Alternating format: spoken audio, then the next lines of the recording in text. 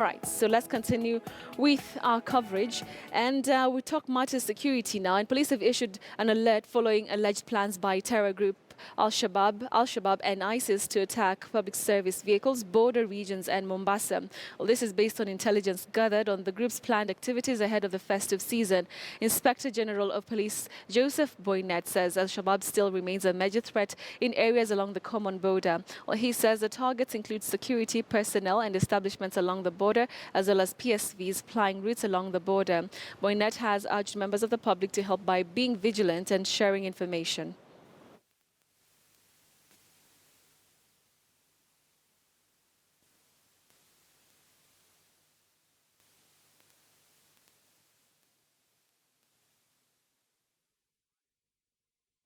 All right, so let's have a conversation on that. Joining me in studio is George Musamali. He is a security analyst. Thank you so much for joining us this morning. So first, I'd like to hear your thoughts on this security alert. Is it anything that we should be worrying about? I don't think it's anything, Betty, that we should be worried about. What we should do now is actually realize that the police are working and they're giving out credible information that has been gathered by intelligence, right, as opposed to what we used to witness before, where there's always a quarrel between the police saying that we're not receiving credible intelligence from the collecting agencies.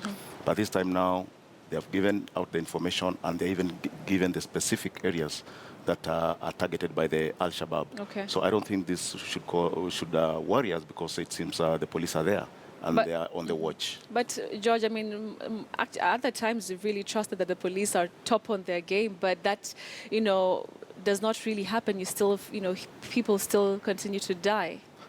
Betty, security is not there to stop crime. It's there to minimize the risks. To minimize? Yeah, security is put in place to minimize. And the fact that the police are talking about intelligence that has been gathered by their agencies and giving the public the exact areas that they feel that are being targeted by the Al-Shabaab should tell us that the police are on the game.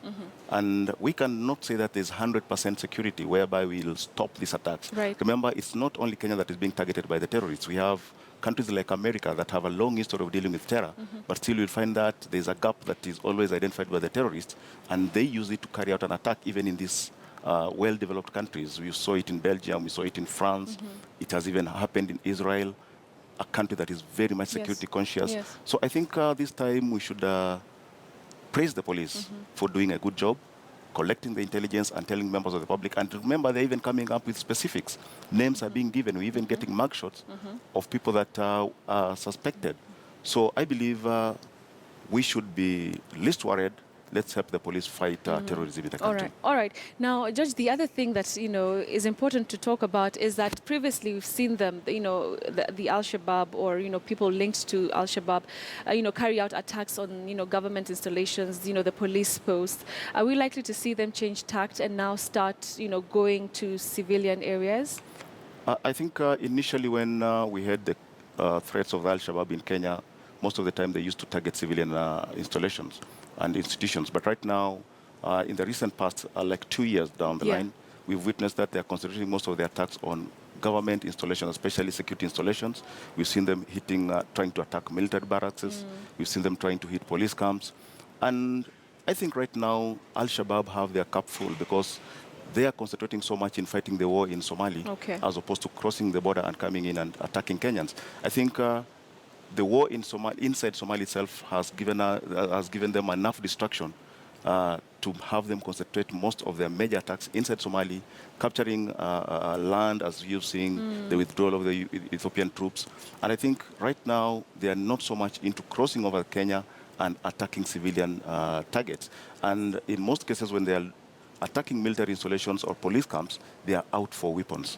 So I don't think right now we can say that we've not seen any indication that the Al-Shabaab want to change tact and then get back into hitting civilian targets. All right. Now, George, I spoke to you on phone like about 3 weeks ago, and we're talking about some deployments, some changes, in leadership in different parts of the country. Do you think that this has had an impact on what we're seeing now, that, there's intelligence gathering, intelligence sharing?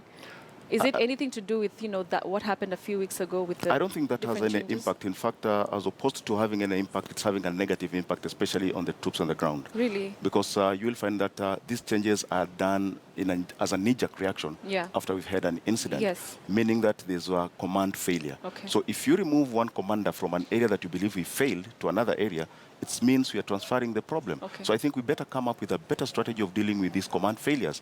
And in most cases, where these attacks have taken place, we've always witnessed a situation whereby we are always told that intel was there and it was not acted on. And who actually was in charge? We move this person from this problem to another area. All right. So I think we should have a better way of dealing with these command changes and make sure that whenever we carry out the changes, these changes should have an impact. Okay. Not because somebody has failed in one area, you remove him in and bring another person. Okay. A person who might not even understand the dynamics on the ground. All right. Let's talk about, this. It's a festive season, and the police is, they're asking that citizens should be extra vigilant. From a security expert point of view, what is it that a citizen would do? Because it's a time that people feel free to to travel, to do all sorts of things, to hang out in public areas like the malls. Speaking to the Mwananchi, what is it that they can do? Basically, what the police are saying that we should watch out for people that do not suit the environment and share this information with the police. But the problem is that, for example, what we witnessed in Mumias, after the police station was attacked and the firearms stolen, the kind of brutal force that was used by the police in Mumias actually alienates the citizens from the police. Yes. Yeah, people feel like we are now being targeted by the police, yet we are the people that are supposed to share this information. And remember, in any war, in crime, there's always what we refer to as popular intelligence. And popular intelligence comes from the members of the public. The police cannot be everywhere. And basically what we are being asked is to be vigilant. Let's watch out. Any activity that we find suspicious, we should report to the police. And the police themselves should help us by being more friendly to the public, because they are there to offer a service. And the reason why we changed the police from a police force to a police service. Okay. And the way we deal with members of the public actually impacts on how the public will react to giving information to the police. There are areas that people do not even want to see the police, Betty. All right. You've brought in a very serious issue of Mumias, and we've been having quite a number of internal conflicts. Do you think the same emphasis and the same attention that is being given to this terror alerts should be given to the internal conflicts that we're having in Turkana, Suguta? You have what happened in Mumias? Seriously, we've been having these internal conflicts for a very long time. And the thing we always do is always going out and saying that in this area, we are doing disarmament. For example, let's look at Laikipia. Right. This is not something that started yesterday. Let's go to areas like Marakwet and the Pokot. The FUED has been there since independence. But so far, we've not come up with tangible solutions to these problems. And I think of late, we've been concentrating so much, putting so much effort in combating terror, forgetting that we have other internal conflicts that need to be addressed. Right. And I think it's high time now that we sat down and looked at also these internal conflicts and came up with a permanent solution to them. Right now, we are saying that we carry out operations, we go there, disarm the pastoralists, but we are not giving solutions to this problem. What is the genesis of this? Okay. Let's go down and find out why these people are always fighting for. Are they fighting for pasture? Is it cattle rustling? And in fact, right now, the cattle rustling has become sort of an economic activity to some people. And this is what we should be dealing with, as opposed to coming up with short-term solutions to a problem that has been there with us for quite a number of years. For many years. Thank you so much, Judge Msamali, for your time.